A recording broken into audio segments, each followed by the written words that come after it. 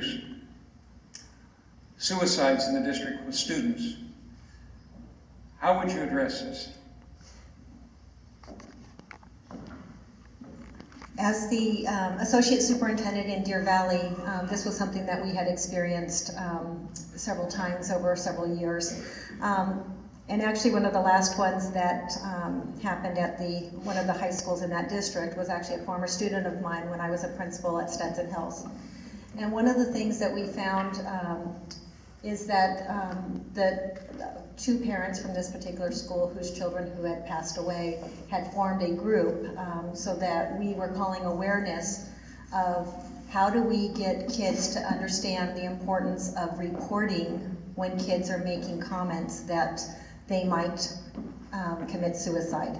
And in every case that we had found at that high school is that they had told a friend.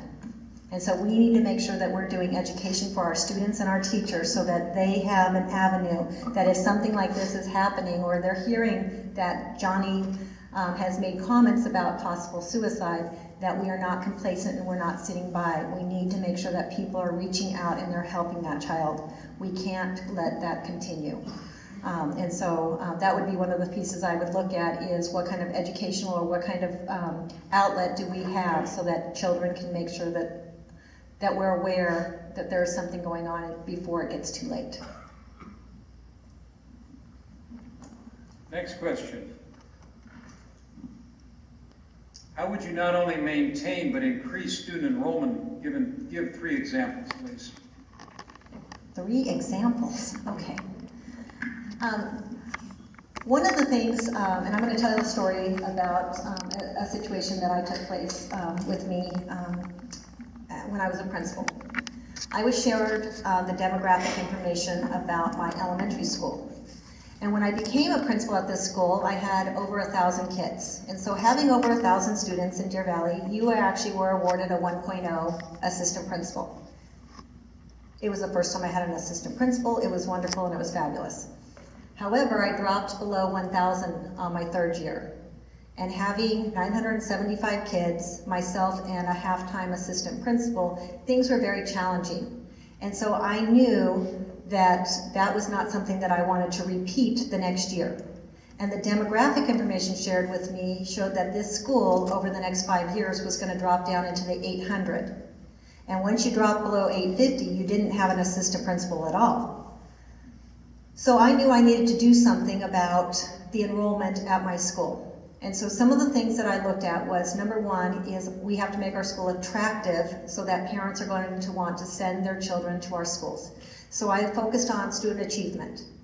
When I got to that campus, we had an 86% proficiency rate on the Ames assessment in reading.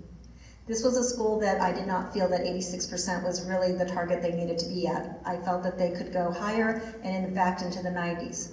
So over the 4 years that I was the principal on that campus, we went from 86% to 94.7. We went out and we got A+ School of Excellence through the Arizona Educational Foundation.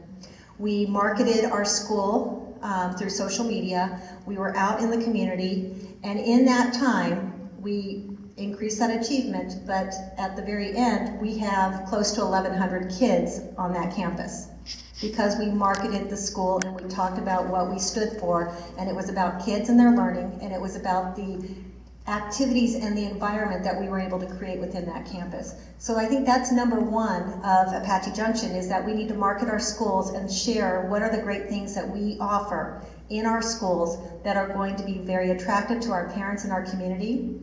I also think that we need to look at targeting our preschools.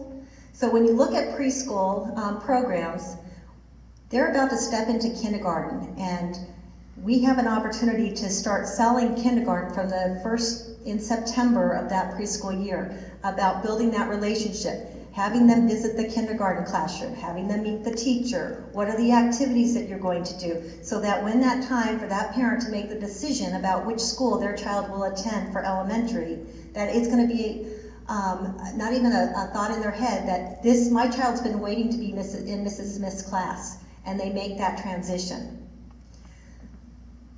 You said 3, I had 2. Okay, so I gotta come up with the third one here. And I guess the last one I would look at is, we have to see what the community and parents are saying that are causing them not to choose Apache Junction.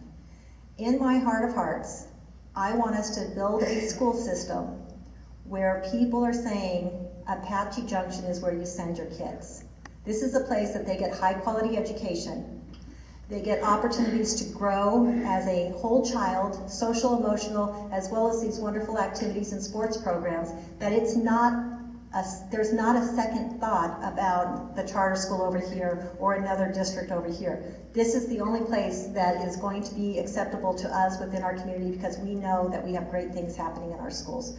And I would hope that we would be able to build that in which people are choosing Apache Junction.